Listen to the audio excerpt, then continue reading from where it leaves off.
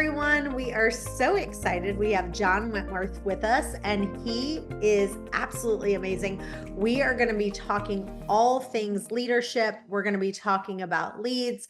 We're going to be talking about funnels and so much more. So, John, welcome. What is going on, Chantel? Thank you for having me on. Hello to everybody. Hope everyone is doing well. So tell us a little bit about your company and kind of where it's progressed to and how you've grown. Yeah, for sure. So we've got between all of the companies that make up Wentworth Real Estate, right? Title, other verticals. We've got about 90 people inside of this organization, and I hate to say people that work here because I want to be focused like team. About 90 team members. We just actually yesterday secured a lease on our 4th location here in Michigan, which is really exciting. And it all started just trying to pay my bills. Way back in the day when I was an agent, I really never planned on growing a team. I think right now we see so much in this industry, like people want to get in and build a team because they think, oh, those guys make all the money, which some do, and some are not making money. And so I think there's an interesting concept there about when it is time to build a team. What does that actually look like, as opposed to getting in it to build a team because they think that's where all the money is. But I was an agent. I started I got licensed like 2012, 2013, somewhere in that range. Jumping back, I actually got licensed in 2008, but I started going all in on real estate around 2012. I was playing some semi-pro hockey and dicking around with other stuff, and then jumped into real estate. But in 2018, I got fired by RE/MAX. I was at a couple of different brokerages. Then I was at RE/MAX for quite a while, and that's where we built our team. Did you get fired? I really didn't do anything wrong, which is why I share this story. I didn't get fired by RE/MAX, I should say as well. I got fired by a manager at RE/MAX that came down from ownership of that particular branch, if you will. But we started dabbling in whether or not to start our own title company, to do a joint venture with another local title company. And as soon as we even started talking about that, I mean, on a Friday, they were like, what the heck's going on, right? Because we moved some title just to get an idea if we could trust this partner that we were looking at. And Friday, shit kind of hit the fan, if you will. And then on Monday, they literally fired us, gave us like 4 days to get out. And that was a very interesting time because at that moment in our business, so many people were asking me, like, when are you going to go independent? When are you going to go independent? People would come to the closings and say, oh gosh, I didn't even know you worked for RE/MAX. But I never wanted to leave out of ego, right? I never wanted to like, oh yeah, look at us, let's go do this. I just always said, when God has a plan for us, then that's the next thing that will happen. He pushed us out of the window. And so in 2018, I started, we decided to go independent. We just kind of sat down as a team, really our leadership team, and looked at the market, and it didn't make sense for us to do anything else. In fact, at that time, the brokerages around, there wasn't one big enough to house us all. So we began to look for space, and we ended up in this building that we're still in now. It's a 12,000 square foot building, and we occupied a quarter of it when we first moved in here. And now we're down to our last tenant. It's been a heck of a journey. It's been incredible. And again, it's one of those moments that was scary, but getting outside of your comfort zone is where we find growth. And that's exactly what we did. And so, we've been very blessed. We're the #1 independent brokerage in Michigan, which, I say that for context, not because it makes me special. It doesn't. What makes me special is my wife, my relationship with Jesus, and the intent behind everything that I do. It's been an interesting journey, and you learn so much along the way. And so I'm just really grateful that happened. I look back at that day, I'm like, man, thank God RE/MAX chose to do that. So tell me a little bit about lead gen for you, because I know you offer your agents a lot of leads. And so I want to talk about where are you getting those leads from and what's working and what's not. It's always an interesting question, right? Because it's something always people always talk about the leads, right? The leads. Are the leads good? Are the leads bad? And really what I think agents in general lose focus of is the work that they're doing, right? Like before you can judge a lead, whether it's good or bad, what are you doing? What does your work ethic behind the scenes look like? And people will say, oh yeah, I'm making the calls. Okay, well, how many calls are you making? What does your follow-up really look like? And so this goes back to when I say to you, like, for me, we just ended our team meeting, and the cadence behind that team meeting today was like, selling shit's easy. And why do I say that? Because it really is. We're never in the process of like actually making somebody buy something that they don't want. They're already buying what they're looking for, right? Obviously, we're showing them the right properties. But when I say that it's easy, it's not rocket science. You don't have to have a special degree for it. You weren't born with it. You just do the real work in the trenches. And if you can do that consistently over a long period of time in this business, you will win. The truth is most people can't, or they're just not willing to. Again, when I say it's easy, it's just that we get so lost in the leads. And of course, agents in this market, especially if they're not on a big team, it's gonna be difficult for leads to come by because all of the big teams in the markets are either buying them all up or they're partnered with Zillow like we are, and they're getting all of these leads, which these leads now are essentially appointments. Like when we look at our relationship with Zillow, we're getting appointments. And so that's a whole different ballgame. So inside of lead generation, I've done it all in the past, right? Up until this point, I mean, I've bought realtor.com, I bought Zillow, we've done Facebook ads, we've done all of those things. Right now, we focus on sell side leads because with our, as I said, with our relationship with Zillow, like, and if you don't know Zillow, you can buy zip codes, or if you're a flex partner, you are now entering zip codes, whether they're sold out or not, and you're able to get these leads from them. And then you're paying a referral on the back end. And now we've just entered kind of this third phase, which is their enhanced market. So we don't do any marketing for buyer side leads. Now we get them, right? We get them through our listings because we list probably 10 to 20 new listings every week. So we obviously our phone rings in our office, our website gets leads, et cetera, but we don't have like a significant spend on getting buyer leads. Explain what Zillow Flex was before and now how it's changed in their new name. In regards to the enhanced markets. Yeah. Yeah, I mean, I'll give you 30,000 feet because literally this started last week, right? So what it will evolve into, I don't really know the answer to that. But I think really, and this goes back to like, if I could run in my office right now, I would grab a little booklet from when I went to Chicago. By the way, I'm in Michigan. Zillow paid me they didn't pay me. They flew me to Chicago, took care of my fees and whatnot, not just me, other people in the Midwest. And we were in a room, and this was in 2000, I want to say 16, maybe it was 2018, somewhere in there. And really, they just were there listening to feedback from everybody. Now, I'm a Zillow proponent. A lot of people are not. A lot of team leads are not. A lot of agents are not. It's all good, whatever you want to do. In this meeting, what I recognized was the failure that really exists. It kind of goes back to the same thing that I just talked about with follow-up, is that the failure that Zillow was experiencing is that 48% of the leads that they were generating for agents who were paying for those leads, 48% of those consumers were never getting a call back. So I'm paying you to generate me this lead, and I'm not even calling them half of the time.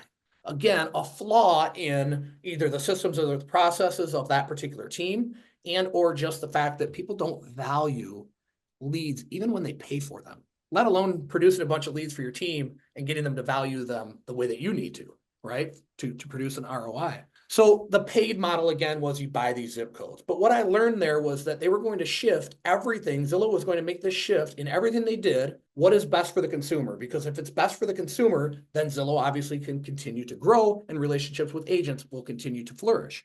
Then it moved from buying the zip codes to flex partners. Now, we were one of the first 50 in the United States to be selected as a flex partner, which was a great honor. We were one of 3 in the state of Michigan. That meant instead of buying zip codes, we were spending $35,000 a month to purchase leads in particular zip codes. Instead of buying those, you're now given those leads up front and you pay a referral fee when they convert. And that might sound, oh, well, that's way better. Yeah, as long as you perform, it's potentially a better business model, right? Because we were able to take that 30,000 and shift it. Now they're going to, of those people that we're now partnered with, who's doing the best job, and let's focus on growth with them.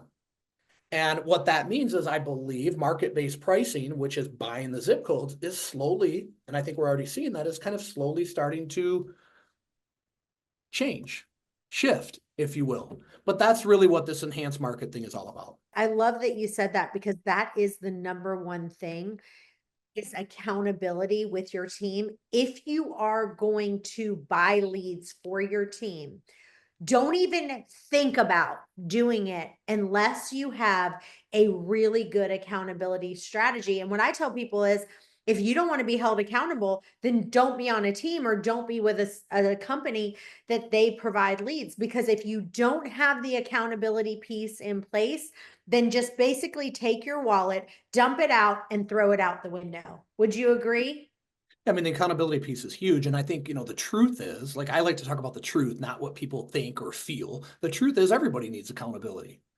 I mean, there's very few people I know, and I'm talking about very, very, very high achievers that don't need accountability. And they still have accountability in place because they know that if they don't keep it in place, that they will fall off. So the truth is everybody needs a form of accountability. What has happened over time is I think that, because I don't know if anybody else was raised on guilt and shame, right? Like we see that accountability as a bad thing, but the truth is it's not. If you embrace it and you notice it, like I always talk about being a third party observer of everything that you're doing. So when you're looking at that, not in judgment, but just observation of choices, habits, whatever that may look like, then you can look at it and realize, okay, this is an opportunity for me to improve in everything that I'm doing, not just in lead gen, but everything in life, right? So I think that's the piece where everybody gets lost. Like accountability, that means I got to do what you tell me. Well, part of being on a team is not doing what I tell you, but having belief in what I tell you and a willingness to get on board. So truly we can all do better, right? As a team. I think anyone who is a high level achiever and top performers, they have a strong sense of accountability, not only to themselves, but they want it. Like, for example, I make the decision to pay for a personal trainer to do small group personal training with me. And I want that personal accountability. I like it because I know it's going to take me to the next level. And if you're changing your mindset to going, I enjoy that accountability, I want that accountability, this is a good thing, then you're able to take yourself to the next level. Yeah, I think it's what you said is so true. And like we talked about before we jumped on here about this mastermind that I'm doing, and we kind of talked about delegation, you and I were, which probably we'll get into here, but I just did a session on accountability and really kind of walk through this whole thing. And I think it's important for people to understand like what, as you said, like you like that accountability. I like to be accountable to others. Right? Like I don't need self-accountability. I like to be accountable to others. When I'm accountable to others, that's when I perform at my highest level because I don't want to let anybody down. So I think it's important for us to figure out like, well, in accountability, how like what form of accountability or how do I set this accountability up so that I can perform at my highest level? Because I think we're all a little bit different in that. So, I'm obsessed with delegation. I wrote a book called Delegate Everything But Sex, but I always like to ask other people. Why can't you delegate sex? I mean, we have the author here. You could, but I don't think you'd be married very long if you did. And like my husband says, he wouldn't want to delegate that. Let's talk about some of your tips of what you think are one of the things that hold people back from delegating, and then some of the things that you've been able to help people to do to be able to delegate. A really interesting thing happened just yesterday. Like when I always want to talk about relevant stuff, right? So whether it's, I mean, even when I'm speaking live, I don't go in with an agenda of what I'm going to speak about. Like I want to read the room. I want to let the Holy Spirit kind of be present with me. And that's really how I shape my message, even when I'm speaking live. When I do these masterminds, I actually am like preparing for them, which is very different for me. That's not normally how I would go into something. But what it's really taught me to do is like in this crazy mind that I have, it's taught me how to really explain and see things. Maybe it's more to say it's taught me how to see things and then write them down so that I can explain them to people that otherwise I wasn't able to do. Like I always say, live from your heart. Be in your heart, not in your head. Get out of your head and into your heart. And actually one of the members on the mastermind said, what does that mean? Like you say that all the time and I get it, but how do I do that? How do I practically do that? And I was like, I didn't know the answer initially, right? And I'll come back to this piece that we're talking about. But it was like being in your heart means you're vulnerable. Being in your heart means you're open. Being in your head means you're an ego. And why are you an ego? Because you're worried about how other people will judge you. And the only way you can worry about how other people will judge you is if you're judging other people. When you get into your heart and you remove that judgment, it changes the game for everybody. So I wanted to share that because I think it was important And again, I learned that in the moment. Here's what I learned yesterday in the moment when it came to this subject of delegation. We just leased a new office in Northville, Michigan, right? And ironically enough, it's an office that's a co-op. So there's more than one business. There's a business in there that is a real estate company. Turned out the real estate company is the landlord, is the person that I was renting space from. And so I had this conversation with her yesterday, and that was kind of funny in itself. She's like, "Yeah, I have no problem with that," because I asked her, I said, "Are you open to another real estate company coming in there?" And she said, "Yes." Now, it's not a huge space, and it's about an hour from our main office, which is, as I said earlier, 12,000 square feet. It's a smaller space. I just need somewhere for agents to go in between showings and to have a physical address in that location in case we need to take clients there, which we know in real estate, you don't do that much anymore. But she said to me, she said, "Well, I've been in real estate for 38 years. I've got a team of 5, her and 5 other women. And I just never really grew beyond that because I hate delegating. Nobody can take care of my clients as well as I mean, this is her, she said this. Nobody can take care of my clients as well as I can. Nobody can do it as well as I can, et cetera, et cetera. All the reasons why people don't delegate, right? Nobody can do it. Nobody can do it as well as I can. The result won't be the same. All these limited beliefs really that we tell ourselves. And it hit me in the moment that wasn't the real reason, because she went on to say like, yeah, and so, I'll probably be in business for another 5 more years and then that'll be it.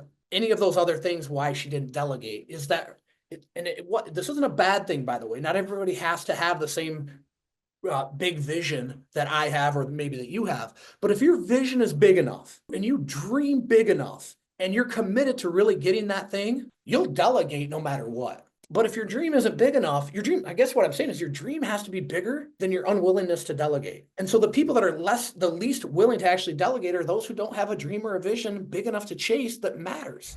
Do you want to learn the proven blueprint to double your business with Chantel Ray? Then join our free call where we're going to teach you how to consistently double your closings, how to establish a dominance in your market, and how to maximize passive income. Learn how to stop trading time for money by creating multiple streams of income. Go to chantelray.com/Zoom links to register for your free call. This call is normally $500, so use coupon code ChantelRay to get your discount. Yeah, and I think that also part of it is it's an arrogance thing that you think that somebody else can't do it better than you. And the truth is, when someone is just focused on this one thing and you've got all these things to do, they absolutely can do it better than you. That's number one. And then I think the other thing is when you've been let down. We've had a couple of accounting people and, they screwed up on some stuff. And then it was like, we had to do so much work to like clean it up. And I know some of our higher up leadership was like they said something along the lines of, "I'm never delegating this out again. I delegated all this. They screwed it up. I'm taking back control of it," because they felt so let down because the person screwed it up. So then your natural inclination is, I'm taking this back again. And you have to be able to say, okay, this person let me down, but I can still release that and try with another person. And that I think is difficult. Yeah, you're 100% right. I mean, the things that I said, like loss of control, like I'm a control freak. I need to do it all. That's one reason. Lack of trust in others is another. And I love that you shared that because I mean, I literally had at that time was our ops manager. And this was the night of our Christmas party that all of this kind of came undone, if you will. And I had to fire her, but she was changing social security numbers on our checks for the IRS. And I'm talking like $200,000 checks to the IRS. We let her go. Well, I need an ops manager, right? And the very first thing somebody said to me that was in management and had been on our team for a while, like, well, how are you going to trust anybody else? I'm like, well, I'm going to hire based on my gut feeling of who I believe is the right person. Then I'm going to give them full trust. It's not about like, you have to be willing to do that. You have to have the ability to do that, because if you're stuck in this control thing and this lack of trust and this fear of whatever, it's impossible to grow. Now, again, if your mission isn't to grow, well, then go control all the shit you want to control. But if you have a big dream and you're going to pursue that, You have to be able to delegate. It's so important. And I also think it's a tremendous way to empower others, right? It's not about like, oh, I'm gonna delegate everything in my day and then sit here with my feet up. No, I'm gonna delegate all of the task-driven things so that I can go focus on pursuing the dream, finding the next office, creating the next system, whatever that may be. But the way that I delegate things is to empower others, to give them an opportunity to show their value, right?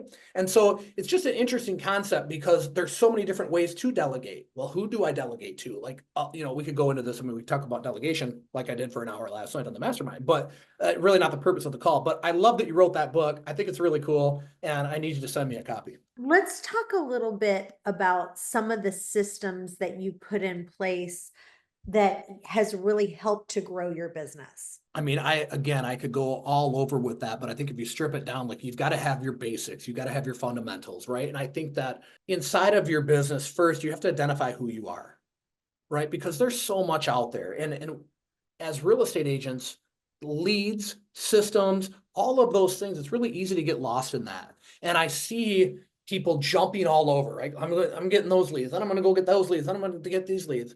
Meanwhile, the original first 50 leads you got haven't been called in 3 months. And it's the same thing with systems. Like I feel like we get inundated in real estate with the next shiny object and people jump around to that. So I like to stay really foundational. Like our business model is open houses like crazy. I mean, we did 15 open houses last weekend. We're going to be doing 15 to 20 again this weekend. In the summer, we're above 20, right? So again, we're in Michigan, it snows, we continue to do open houses. That's a foundational piece of our business, okay? And then the system and process behind the open house, because anybody can show up and stand at the door. What does it look like to actually hold a proper open house? What does the follow-up look like after the open house? Starting with, if the open house ends at 3, what are you doing at 3:15? Right? So all of those to me are processes through each lead source. The systems are, the internal software, if you will, that helps you manage all of the people. So, we're Follow Up Boss. We've had one other CRM prior to Follow Up Boss. We made the choice to switch to Follow Up Boss a couple of years ago, and it was a great thing. But you don't need Follow Up Boss. It's as you grow your businesses and you hit different levels, then you start to come into these. Okay, there's something that's hanging me up here, and you have to make a decision. Is the change worth it? Because the change is not easy when you have 75,000 people in your CRM and 50 agents, right? That's a difficult change to make. So for us, it's like, what are our foundational pieces of our business? And then once we have those dialed in, what's the next thing we're going to look at? So Fellow was something that we started probably about a year ago now. And I'm sure a lot of the agents have heard about Fellow. It's more of a sell side lead source. And Fellow has done very well for us. But again, it's like, okay, cool. Here's Fellow, right? Like, this isn't Fellow, by the way, but like, here's Fellow. What does it do? It produces seller leads. Okay, cool. And we start getting all these seller leads. What's more important is what are the systems and the processes that you create behind getting those leads so that you have the best opportunity to make the most of all of those opportunities. From system standpoint, it's like Follow Up Boss. And then what do we plug into Follow Up Boss? And then what are our processes based on every lead source? Because the processes on every lead source are a little bit different for us. The follow-up process is what I'm getting at. How much can you share how much you're paying for it and kind of what kind of success you've had with that? Yeah, I certainly can, because I don't know, because I've delegated that to somebody else. Oh, good. And it's really funny, and I talked about this on last night's call, but because we do a Q&A at the end, and somebody asked me a question in regards to this, and I'm like, there's so much stuff inside of this business I don't know anything about. And I'm perfectly fine with that, right? Like people will say, well, don't you think you should know that? I'm like, hell no, I don't want to know that. Whatever that thing is. And then there's many things that I know like the back of my hand, right? So I truly don't know what we spend on Fellow. I know what our ROI is each month. That's all I look at. And right, if the ROI is lacking, what do we need to change in the systems and processes, what tweaks do we need to make? And then when it's really good, guess what? It's the same thing. Awesome. We're doing really good. What else can we tweak to make it better? Love it. I don't even know what the shit costs a month. I mean, I truly don't. Yeah. So if you were going to give one piece of advice to an agent right now, and then one piece of advice to a broker owner or a team leader, what would give me 2 different pieces of advice of what you would tell them? I think if you're an agent, you need to be on a team. Now, if you're a 20-year vet and you're well established, maybe that's not for you. But at the same time, I would challenge that with the idea of at that point in your career, freeing up time, right? Because that's the other component. Time is money. We all know that. But if you're an agent in a marketplace, and I look at this too, like I think it'd be very hard now, I don't mean 3 years ago, now, to go, I'm going to start a team. If you're in a marketplace where I already exist or Chantel already exists, it's going to be very hard to compete with them because there are no lead sources that we don't get or already have. And the way things are changing is you can't even go buy those lead sources now. So get on a team and get on a team that's successful and then go all in, right? And what that means is like, yeah, showing up is easy. Do the work. Like have belief in the systems and the processes that they've created and then follow their roadmap and just do that shit every single day. How long should you do it for? Forever. Like continue to do it over and over and over. It's just rinse, wash, repeat. And I think a mistake newer agents make is they jump in and they see the agents. This is especially true on a team, right? Somebody joins here. I mean, we have several agents that have sold over 10 million this year, 12, 5, 15, 20. And a newer agent sees that and they see that a lot of their business comes from referral. And so a newer agent's like, well, I don't want to pay a Zillow fee when I can go get referrals. Well, you don't have any referrals. So recognize that if you're a newer agent, stay ultra focused on just buy-side transactions, because they're so plentiful. And by the way, they pay the same. It's a different type of work, but they pay the same. And then as your business grows and evolves by tapping into those lead sources, which I don't know how long you've been in business, but I never had lead sources, right? I was just praying for the phone to ring and holding open houses. Tap into these lead sources because you can compress time with the amount of opportunities that teams are giving you. What it used to take, somebody 7-10 years to build a really good sphere, a really good referral business, you can now do that in 3 years. So stay focused on that and understand that if you do that, you will evolve through the system and you'll end up being one of those 12, 5, 15, $20 million producers. And by the way, they're not working any less, they're just working differently.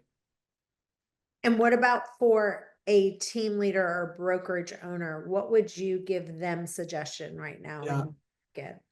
I mean, if I'm honest, I don't know what to tell a broker owner because I've never been one, right? So I'd just kind of be talking. But I'm sure if I'm sharing with a team lead, they can glean something from that and utilize it.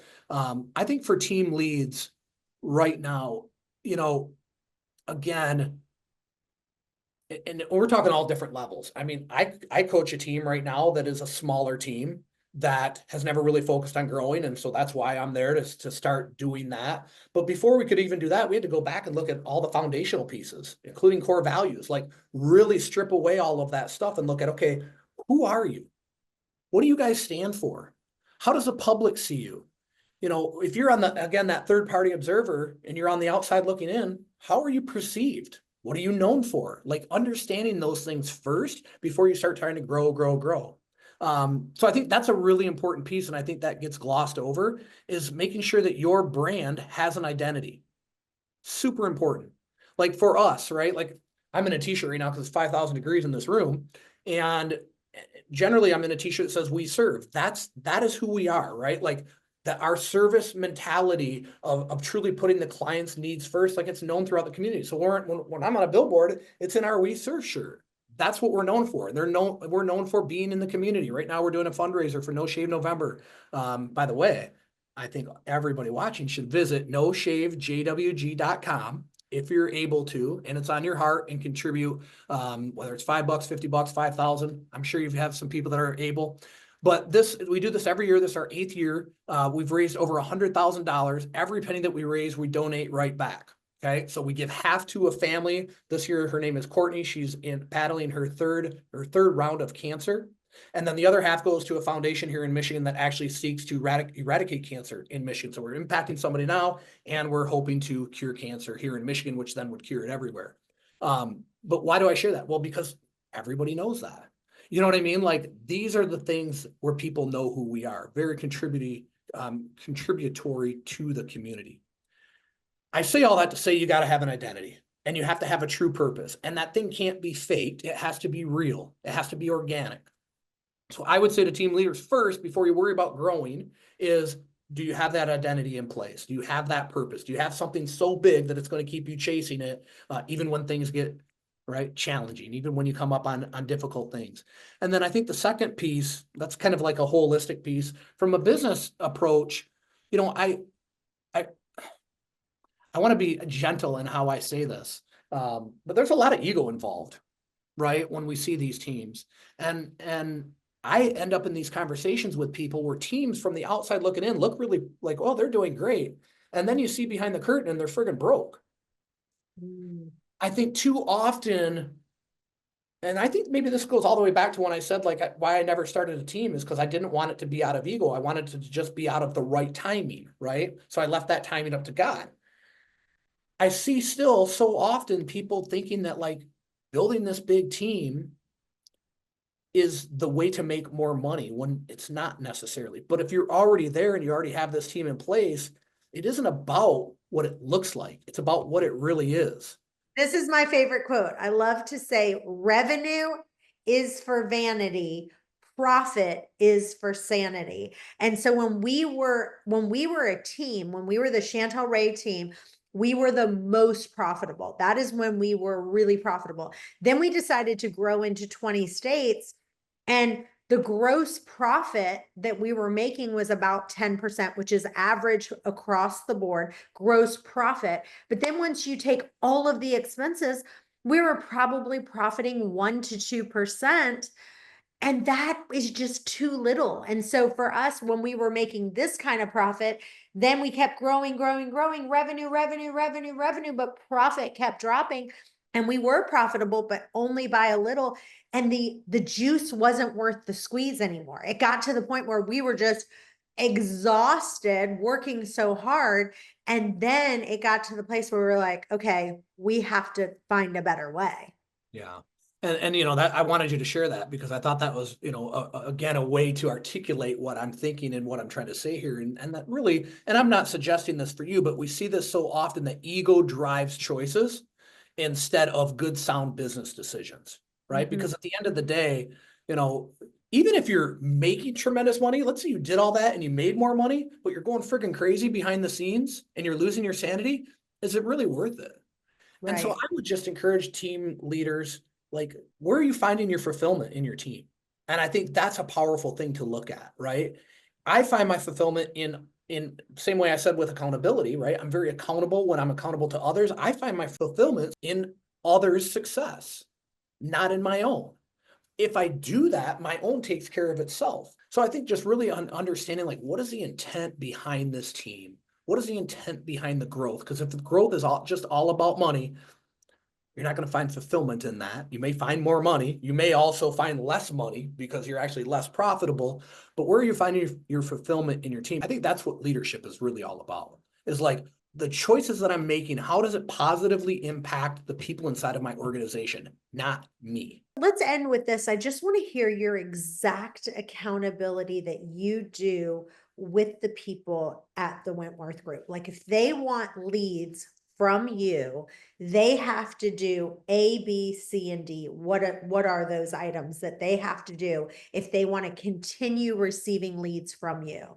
Yeah, and I'll share two things on this because one, we run accountability groups. And so this is like where it's once a week, whether there's 5 people, 15, 20, it doesn't matter. We run these accountability groups.